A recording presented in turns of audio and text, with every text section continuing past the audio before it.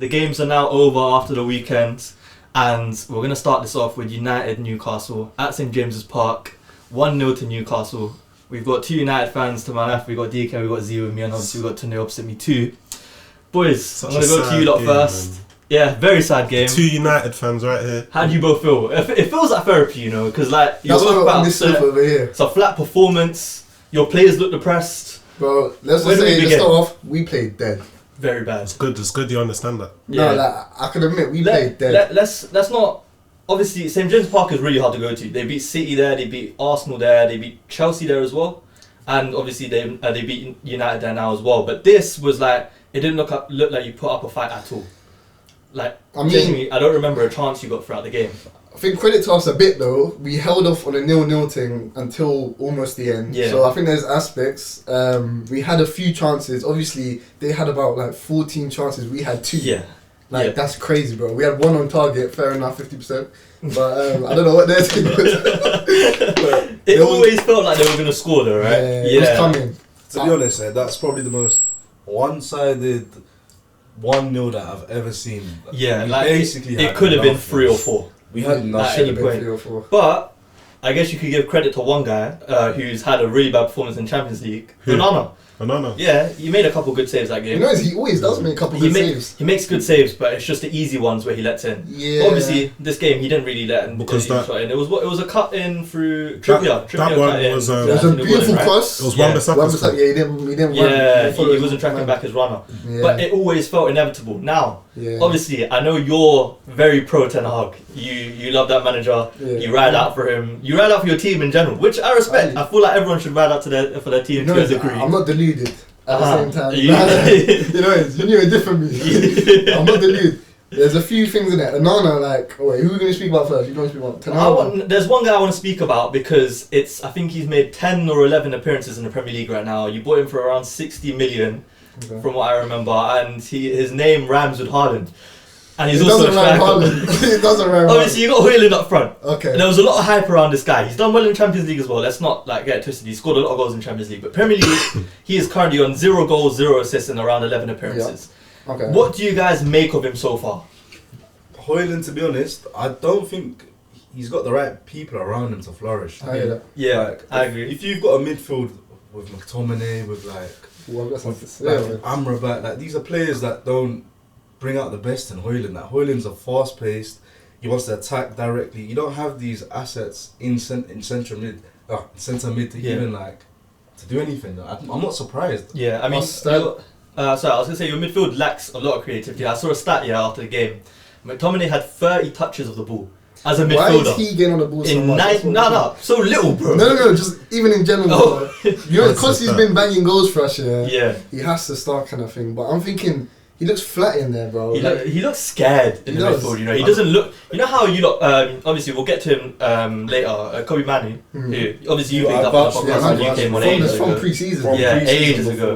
You know, with McTominay, he's a second striker. I agree. He should not be a midfielder, but Kobe Manu is what, 18 or 19, right? 18. And he was asking for the ball. You saw it in the last game as well. He asked for the ball, he demands it.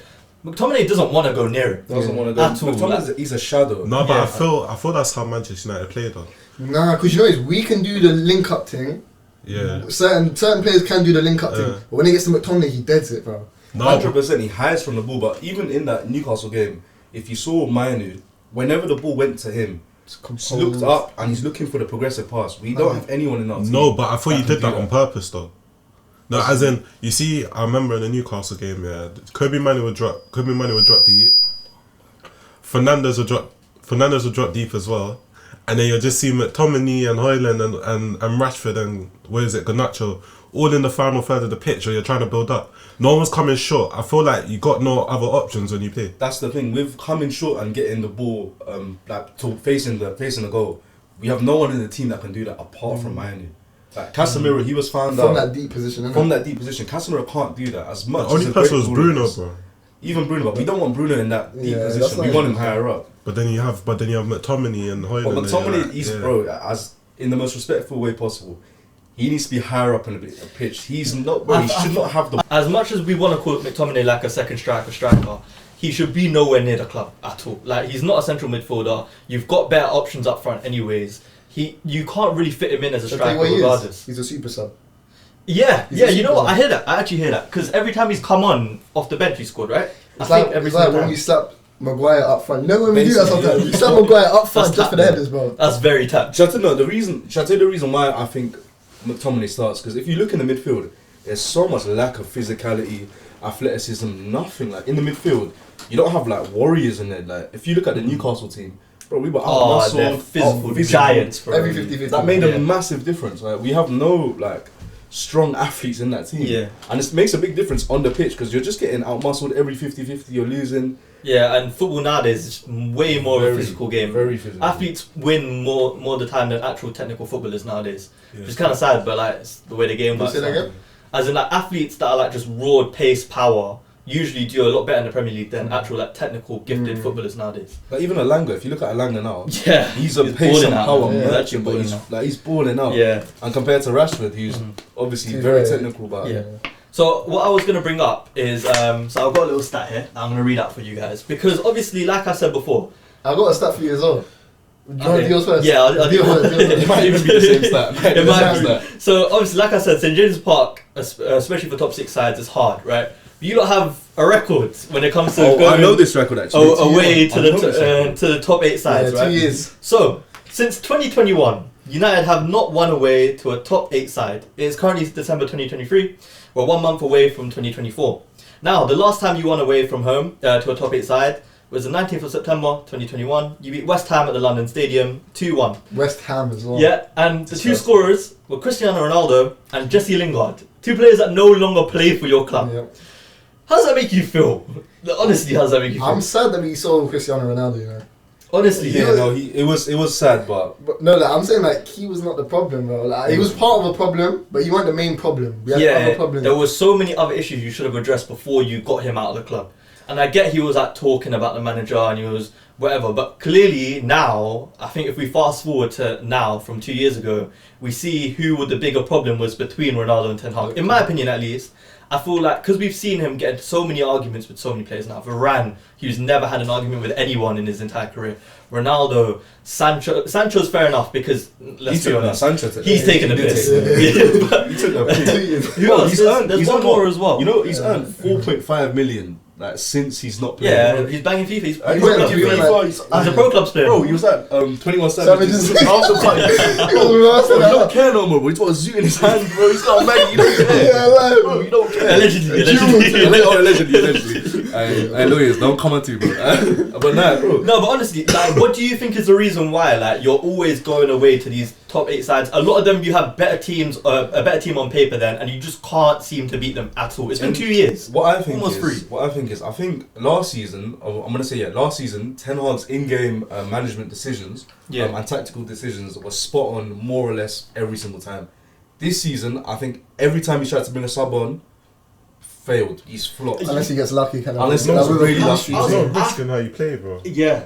I was going to say... It's literally that. Yeah, it's just in-game management. There's no risk how they play, bro. Yeah, there's not. It's literally it's very play safe. really flat football. And I don't think the team knows what direction they want to play. But that has proven to be good for you lot as well, because you have, I think, the most clean sheets in the league alongside Arsenal. I think it's way too much pressure on Ten Hag though. Yeah. He doesn't get to pick who he wants to play. He has to if someone's playing well, he has to slap them out, even if he doesn't fit his team. Yeah, but then also he's had so much time now to figure out who he wants to play and who gels well together. I don't think the team know what they want to do. What I will say, I always come back to this whenever we talk about United, is you have a lot of injuries. Right? A lot of your backline's gone. You finally got Shaw back. Martinez is still gone.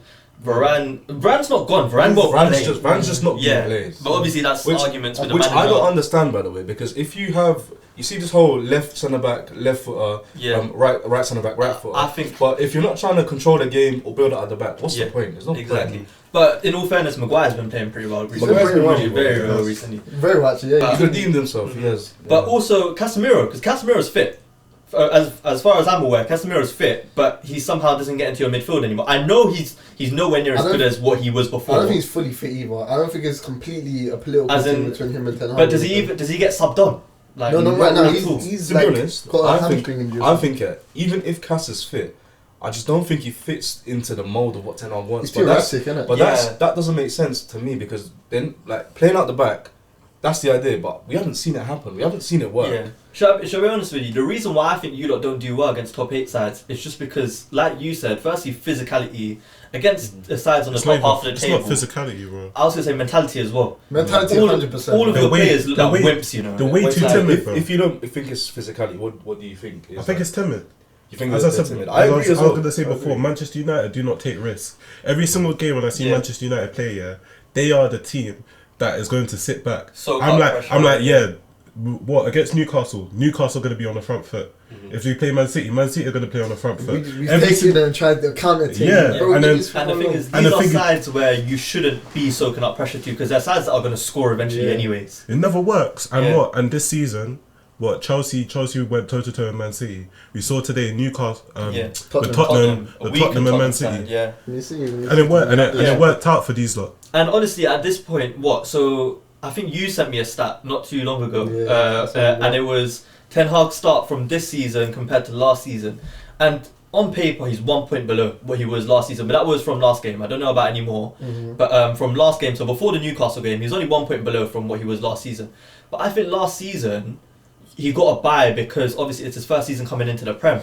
Now he's had a full season here. He's had 2 full pre-seasons. He's gotten players plays he's in that he's wanted. Firstly, you don't want to see him going backwards. You want to see at least a bit of progression, but like this is bad. Like I think if anything, I don't think you played good football last season, but compared to last season, it's way better. But to be honest, I still think like as much as he's got new players in, we've got a lot of players actually that have been there from like Vragnik, from like Oli. Like we've got a lot of starters like Maguire, McTominay. Do you think he's managing games like he's really scared to lose now? I think so too. I know that sounds like weird because obviously no manager wants to manage a game to lose, but like he's frightened of it because obviously he knows his job's on the line. Like, I think when your job's on the line, you tend to put faith in players who you know can kind of like which is what comes to your point about them being timid as well, is because he's probably setting up like that thinking I can't afford to lose another game. McTominay should be nowhere near that start. But I think also with that, like he's scared of going against the fans or against like the direct. Like for example, McTominay's doing well, he has to play him. If you don't, then he gets into a bit of beef with them lot. Or Maguire, like he's finding well with all the England like fans and stuff like that. They'll get onto him if he's not playing now, even if that's not the style. With Maguire, he's been playing very well, don't get me wrong. I don't think it suits our style of play that we want to go forward with. Yeah, of course. So I'm saying he's like a route one defender, like low block, not too progressive. Like he's just like a. He should have left your club, you know. Honestly. We should have taken that bread. Why? No, but he didn't want to go West Ham. Yeah, that's the whole reason why he thought he was too good for that. Yeah, you think he's too good for West Ham? I think he does. Yeah. Oh yeah, he definitely. That's his level. Maguire's level, and that's not bad. Being a West Ham level right now is not the end of the world. You know, he could be very good at a different club, like a good club. He just needs to suit the system. I think that the same with McTominay. I don't think he's a bad player, and he's useful. It's the same. It's the same for Scotland. You know, it's funny because obviously you just played Newcastle. If McTominay was playing under Eddie Howe in that Newcastle midfield, you'd fit in really well. Yeah, it'd be a decent option instead of Joe Linton. Yeah, Joe Linton's been balling out as well, but McTominay. But the thing is, players can change though. It's true. Remember Joe Linton and Almiron when they first came to the Prem? I thought they were one of the worst. Under Eddie Howe, but to cut in, I think another big thing that we are like kind of overlooking is the impact Rashford has on the team. Oh, bro, it's bad. I think I told you not too long ago, Z. Whenever he plays now, it feels like you play with 10 men. It's true. Like his work rate is like his work rate is shocking, bro. It's shocking. It's so bad. I think a championship team can beat our press like very easily. Yeah, like our press is disgraceful. Copenhagen. Press is disgusting. I've got something to say about Rashford. I can't lie. I think the limelight and everything has got to his head. I think he believes he is the main person in that team, which he is. He is. Yeah. That team. He's their poster boy. Yeah, but I think it's got to his head. He don't try hard enough. Bro, by skill, you see when you have leaders on the pitch. Yeah. Maybe he's not the leader, but in terms of your attack, him, Bruno, pretty much that's it in your attack. I was gonna mention more, but I was like nah. But he's the focal point. Yeah, for Rashford, it's like. But I think that's he don't lead by example. Maybe in terms of tech. On his day, he will score the most goals in your team and stuff like that. But in terms of work rate, nah. He's not. He's the type of guy when things are going down, you'd expect someone to step up. But he's not that guy. He's not a mentality. He's not a mentality giant. Bro, we hate to say this. That Rashford, we rate really highly. We love Rashford. We love Rashford. His potential. When Leicester came up, from them times, Rashford was doing his thing. But I can see now, like the lack of work rate is inexcusable. Like you have to. Until they got something juicy to say. I think I know what you're gonna ask as well. Go on. No. It's even more crazy. You see with Rashford, it wasn't this time last year when he had that purple patch. Was it before or after the World Cup? Oh, after the World Cup. Because the World Cup was current. It was now. I remember it was like 2 months after the World Cup. He had the most goals and assists. Was it after? It was after the World Cup. It was after that. Cool. So let's say it's now February because I thought it was now. Remember there were shouts that saying Rashford could win Ballon d'Or, best in the world. Do you think he got to Z? Well, do you think he could get to that level again? I think he can. Let me say, of course he can. Oh, this season. No, because United are too broken. I get your question. Like, can he pick up that same form? Yeah, for this, because this season's a different scenario. And Garnacho's obviously it depends who they bring in. It depends who they bring in January. But I think last season he had no leg to stand on to be like this down, like this mentally down. Last season we relied on him. Like he was our goal scorer. Like I think because we're not relying on him as much because we don't really have a structure to our play anymore. But he's struggling. Also, what I was gonna say is because last season before that purple patch, he never reached those heights, right? Yeah. Now that he's down in the dumps, he scored 2 goals. One was a penalty that he got gifted, and the other one was against Arsenal. You sound a bit sour about that. Yeah, I am sour about that. But obviously, he's got 2 goals to his name. He's thinking like, I was on 40 goals in all comps last season. He was on 40. 40 Yeah. or 40 goals and assists. 40 goals and assists in all comps last season. Compared to now, obviously he's tasted what it's like to be like that. He's probably thinking like, I think he thinks it's the end for him. I don't think he wants to play football anymore. He does not. He was seen on the bench. I don't think it's that bad. I don't think he likes football as much as we think he does. Do you know what? A key difference here is into why this is happening is because we've transitioned our play style. Before we were counter-attacking. He was on the byline. He was just there. Slightly, we've reverted back to it though. We have. We have to. But like we were playing like transition football. Like he's pacey. He just needs to stand on the halfway line. Once the ball's there, that's it. But now we're trying. He thinks too much at the end as well. That's the thing. We're trying this like possession-based football. It doesn't fit. And I think also it's a mix and match with your attack as well. Because at the start of the season, Rashford was playing on the left now. Now I got Garnacho playing on the left. Now Rashford playing on the right. Then you want to play him striker, but he's like, oh, you can't play striker. Yeah, can't do and then it's either Marshall or Hoyland. It's not consistent. He's come out and said he only likes playing on the left wing. He said it. But I feel like, bro, you played I think he's had 200 appearances in the Prem by now, or something crazy like that. And you're a grown adult, you're the poster boy of your club. If you're told to play striker and your normal position is left wing, suck it up and play striker, bro. You can't be saying that. You can't complain about it all the time. The thing is, I rate Rashford. I think his ability is crazy. Yeah. But I think now, I don't see him going back to the heights we saw of last season, ever. I think he'll have like a 4 or 5 game stretch where he might like score a few goals. I don't think I'll ever again see that Rashford. Ever. I think it's too toxic at our club, you know. It is very toxic. Especially within the players, the manager, everything. Maybe if he moves outside of England, because we know how toxic England is. Yeah, maybe PSG. He gets way too much limelight. But PSG's bad as well. Those fans are crazy as well. I think if you also go like Serie A, I think maybe he could pick up really good form again because there's no pressure around there. He just kind of he'll plateau in it. Yeah, and I feel like he just kind of sink out a bit in the Serie A because but he's still got so much more time. He's 25. Yeah. So to wrap it up though. No. One more question. Okay, go on. DK. Chat to me. Straight up. I feel like you got something. One question. Okay, man, like Diddy Con. Tell me. Like Diddy Con, yeah.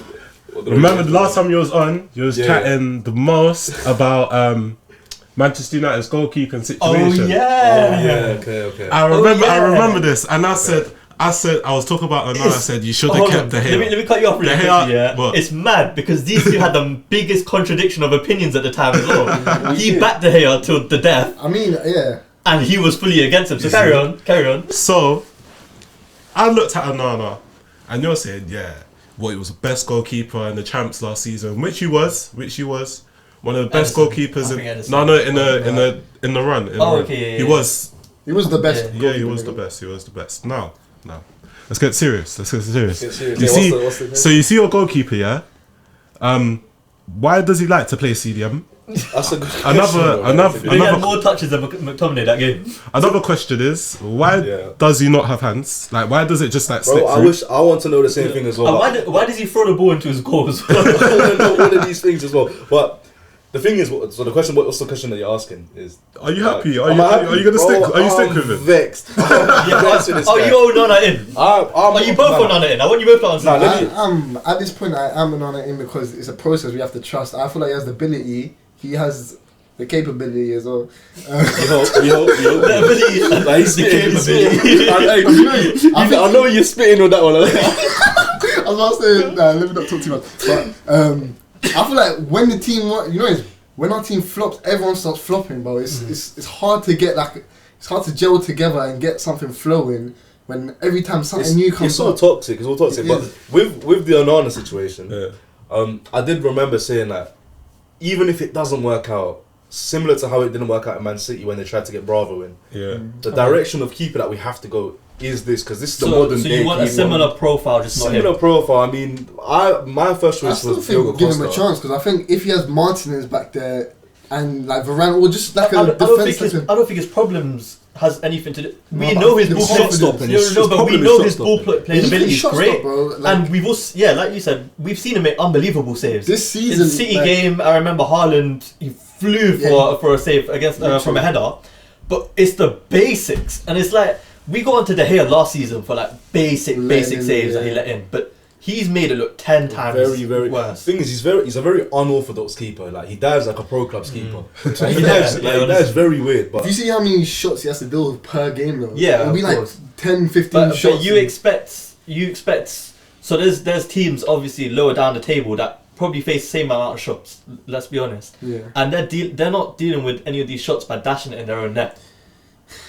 It's true. I think I hear it. I think you give him a chance as well, by the way. I think it's too early to just dismiss him. I know, obviously, people are going to joke about him, banter about it, by saying, what I say about Martinez and stuff, though, is the confidence that those players have on the ball. Oh, yeah. It helps him out. Like, if you know you got a backline that's confident, if you pass it to them, they'll play it back to you. You can do that little thing there. But someone like Maguire, he's not too composed on the ball. You know what I'm saying? So when he has the backline that he can kind of run with, I think he plays better. But even on that as well, as in, we've brought Onana in to be that progressive passer, to pass how he was like last season in the Champions League. Yeah. But if we watch the games now, he's just kicking it long. Yeah. This is instructions that Ten Hag is telling him. I want you to kick it long. I think that's because he don't trust. Like, Ten Hag doesn't trust the progressive build-up in our back line. They don't trust that. So what I'm thinking is, we struggle to get it from that back line to the midfield, let alone attack. So what I'm thinking is, if we are gonna buy Onana, why are we not playing to his strengths of passing it out? We're just kicking it long. But that's added with Onana's deficiencies and shot stopping. He's turned into like butterfingers. Like, this guy is like literally in Champions League. He's letting everything in. It's crazy. It's good. It's good you understand that, man. No, we understand. It's a tough one to take. That felt like therapy. No, it was a tough one to take. Alright, cool. So to wrap it up, like I was trying to do before, I just want to quickly get a quick statement from both of you, United fans, obviously. Where do you see the season going? You first. Where, to be honest, as short as possible, nowhere. Like, unless are we talking you finish outside of Europe? I don't think we get top 4. I think maybe 6th. I think, but the one thing that's got to change is the management. We need to get a sporting director in. We need to wrap up this whole like owner situation, because it's toxic. It's filtering down. No, it's crazy. Every aspect of the club. It's crazy the way we speak about United, because before this game, I swear you were on like a 5-win streak or something. We had apparently, but it just doesn't feel like. We had the Champions League games as well. No, 5 in the Premier. I'm saying the Champions League games. Are the ones that adds it up. But we know the truth. We know. Like, these are all stopgaps into what's happening. Until we get rid of all the deadwood in the club, start fresh, we're not going anywhere, I don't think. My opinion is a bit more optimistic. I feel like we get top 5. Okay. I think we can turn the season around.